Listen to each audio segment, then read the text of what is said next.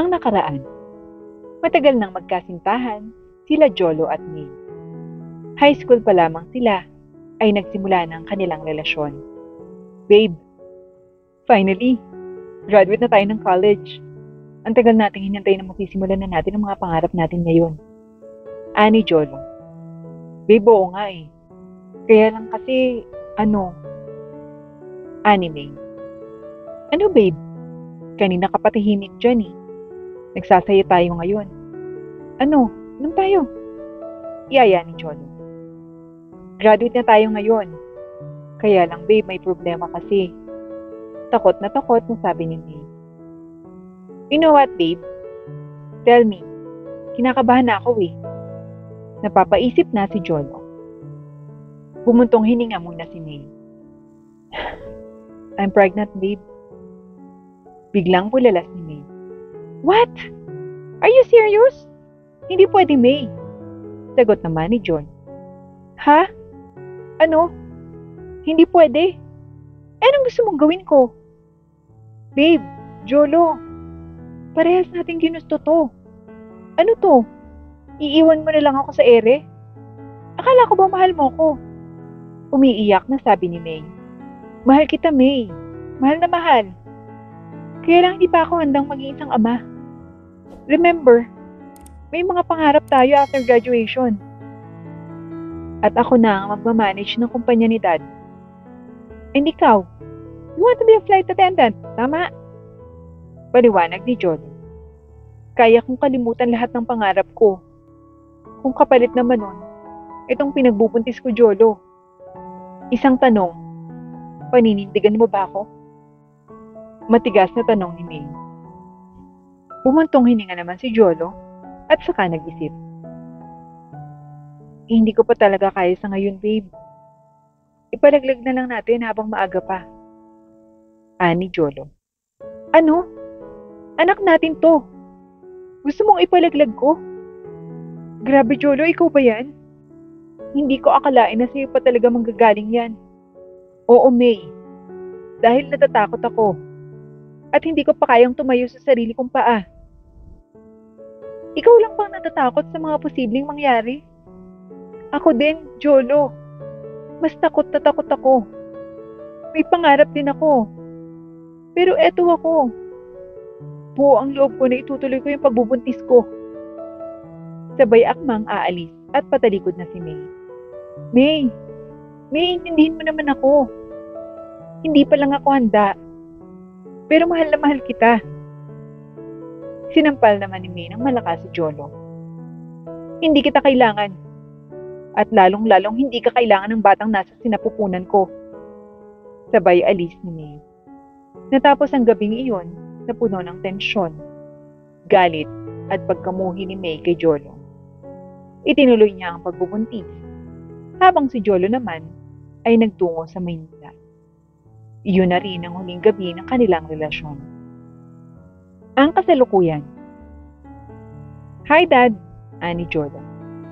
Finally anak, nandito ka na. Miss na kita. At syempre, you're going to take over the company. I need to retire at mag-relax naman kahit papano. Masayang sabi ni Julius, ang tatay ni Jolo. Yes Dad, yun naman talagang plano. Don't worry. Ako na po ang bahala sa lahat. Masaya ang sagot ni Jolo. Lumipas naman ang isang taon at nagkaroon na ng asawa si Jolo, anak ng kanilang business partner. Love, kumusta ang meeting? Tanong ni Lizzie. Well, it's good love. At nandun naman ang dad mo. Kaya talagang napapayag namin ang mga investors. And they finally signed the contract. Ani Jolo. Wow! I'm so proud of you, love. That's my boy. Sabay yakap sa kanyang asawa. Oo nga pala, love. Nagpaluto ako kay Manang ng paborito mong kaldereta. Halika, kumain na muna tayo. Okay, love. Kumuha ng kaldereta si Jolo at inilagay sa kanyang plato at tinigman. Oh, ang sarap naman ito, love. Asan si Manang? Talaga, love? That's good. Manang, halika muna dito sandali. Tawag naman ni Lizzie sa kanilang katulong. Aba Manang, napakasarap naman itong kaldereta mo. Pagbati ni Jolo. Ay, opo sir. Yan po ang menu namin sa probinsya. Talagang walang makakatalo sa lasa niyan. Sagot ni Manang. Oo nga po. Ngayon pa lang ulit ako nakatikim nito. By the way love, next time, gusto ko, yung luto mo naman sa kaldereta ang titikman ko. Ani Jolo. Sure love, magpapaturo ako kay Manang kung paano iluto yan. Masayang sagot ni Lizzie. Aba opo ma'am, tuturuan ko po kayo, huwag po kayo mag-alala. Sagot naman ng matanda. Masayang natapos ang hapunan ng mag-asawang Jolo at Lizzie. Love, may gusto sana akong sabihin. Hindi ko kayang mag-isa na nag-iisip tungkol dito. Ani Lizzie. Oh, yes love, ano ba yan? Kanina, sumakit yung tiyan ko. Akala ko, dahil lang sa kinain ko. Pero sabi ng doktor, may cancer ako sa matris. Yung worst nito love, malabo nang magkaroon ako ng anak. Dahil kailangan kong operahan. At kapag pinilit kong magkaroon ng anak o magbuntis, ako naman ang malalagay sa panganib. Malungkot na sabi ni Lizzie. Love, it's okay, huwag ka nang malungkot. Oo, gusto nating magkaanak. Pero kung hindi talaga pwede naman tayong mag-ampon na lang. Just to complete our family. Hindi ko kaya kapag nawala ka. Kaya hindi ko rin ititake yung risk na magbuntis ka. Ani Jolo. Love, I'm really sorry. And thank you. I love you for understanding the situation.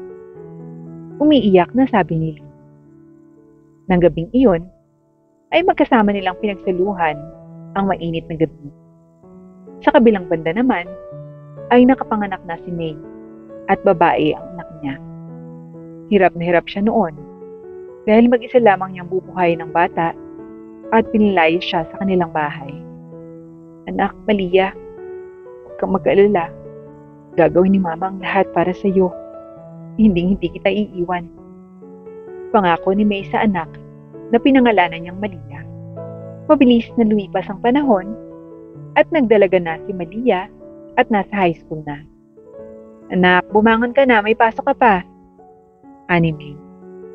Opo, Nay. Magtitinda po ba kayo ngayon? Tanong ni Malia.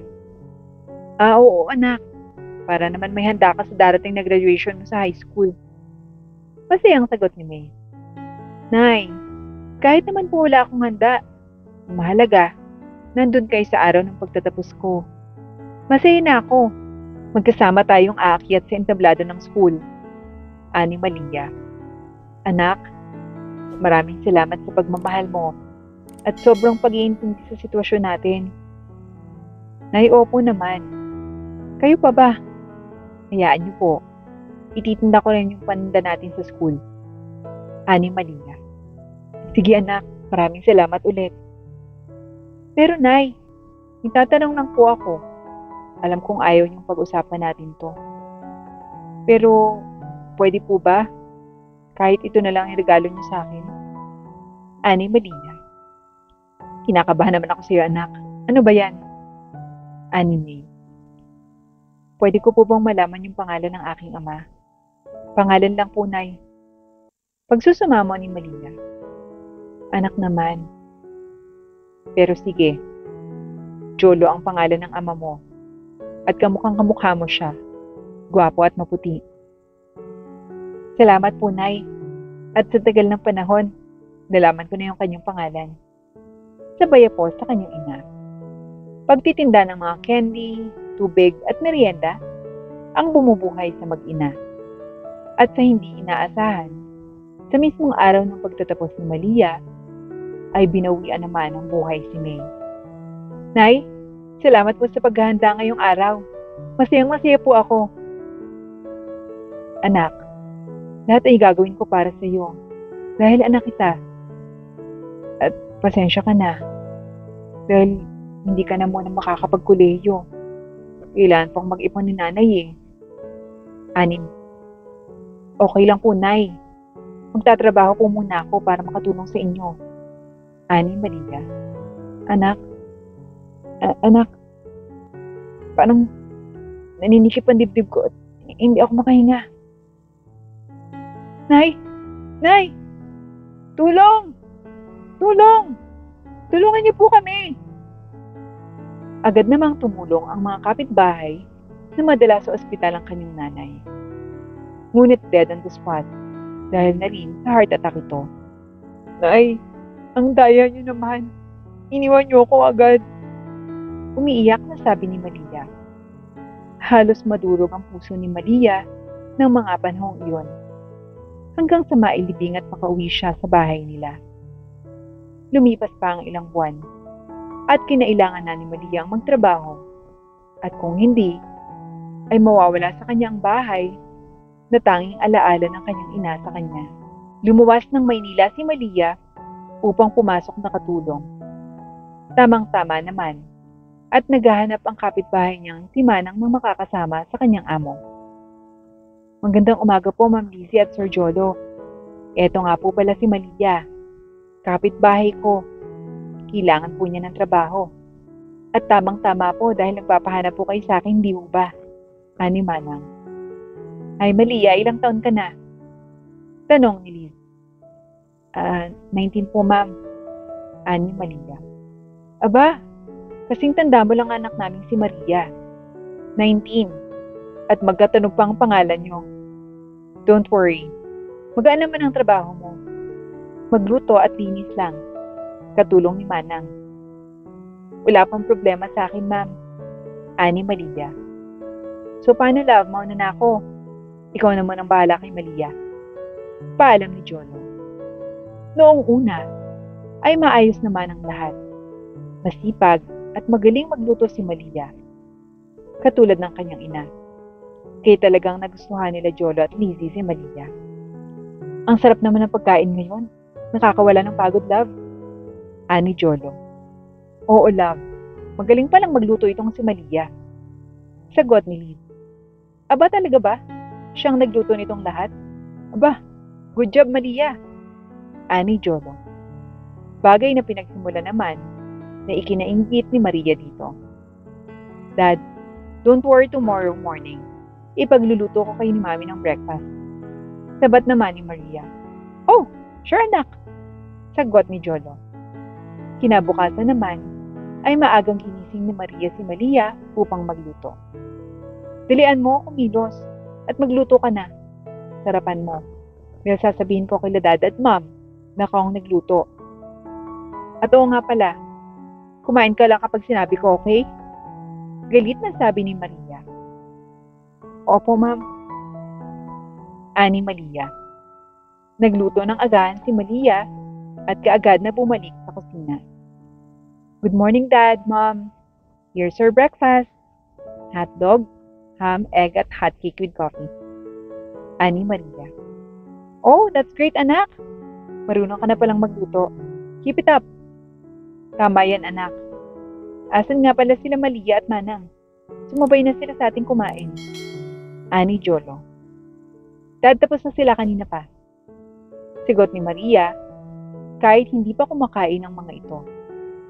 Palagi nang madalas na wala sa bahay ang mag-asawang Lizzie at Jolo dahil sa mga business ng mga ito, kahit lalo pang tumindi ang pang-aapi na ginagawa ni Maria kay Maria. Oh, ano pang tinatanga-tanga mo dyan? Linisin mo to. Natapon yung kanin at ulam mo. Ani Maria. Kagad namang tinakot ni Maria. Oh, saan madadalhin yan? Hindi pa yan itatapon. Yan ang hapunan mo.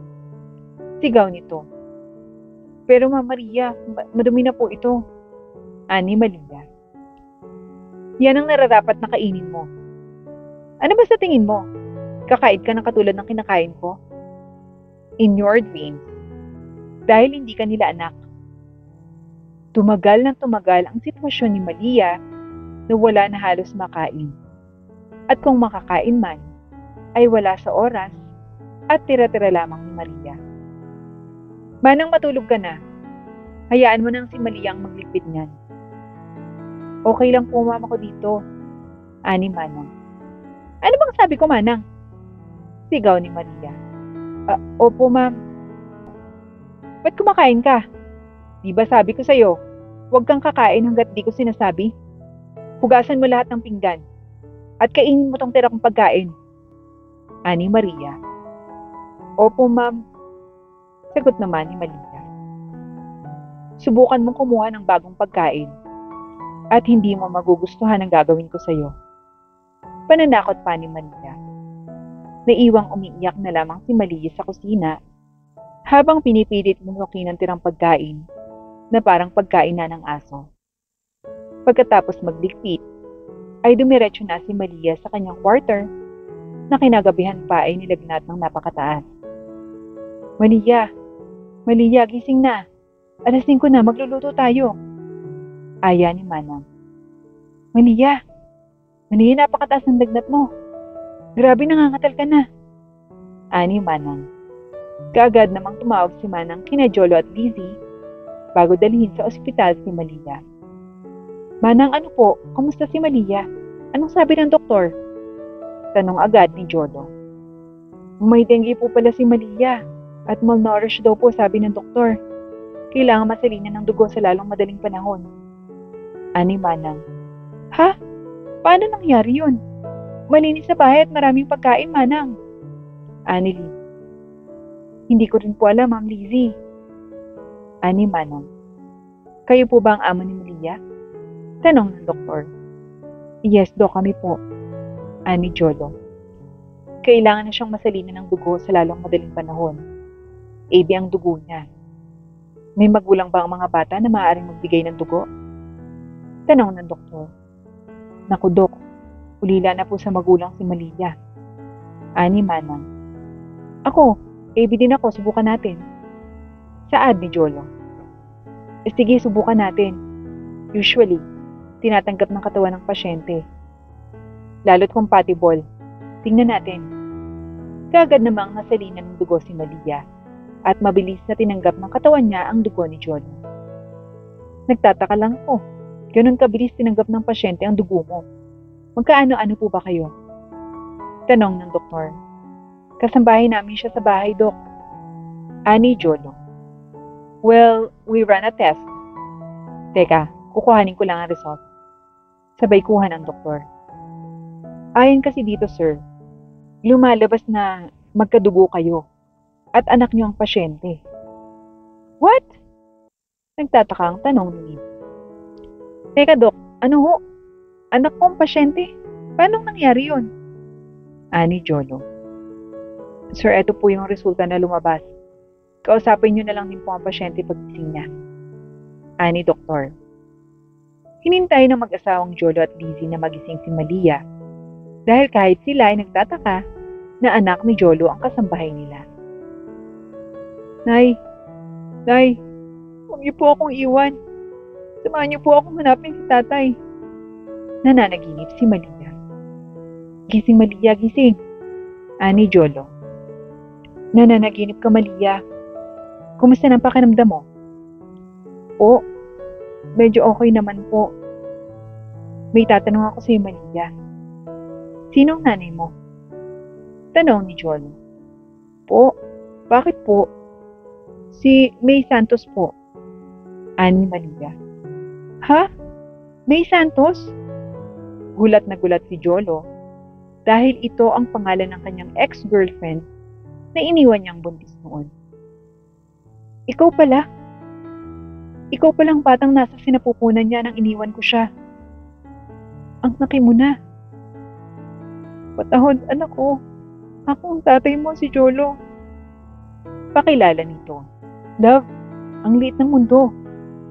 Akalain mo, magkikita pala kayo ng anak mo kay May? Kaya siguro, Lizzie, hindi tayo binigyan ng anak. Dahil sa pagiging duwag ko noon. Kayo po pala yung tatay ko.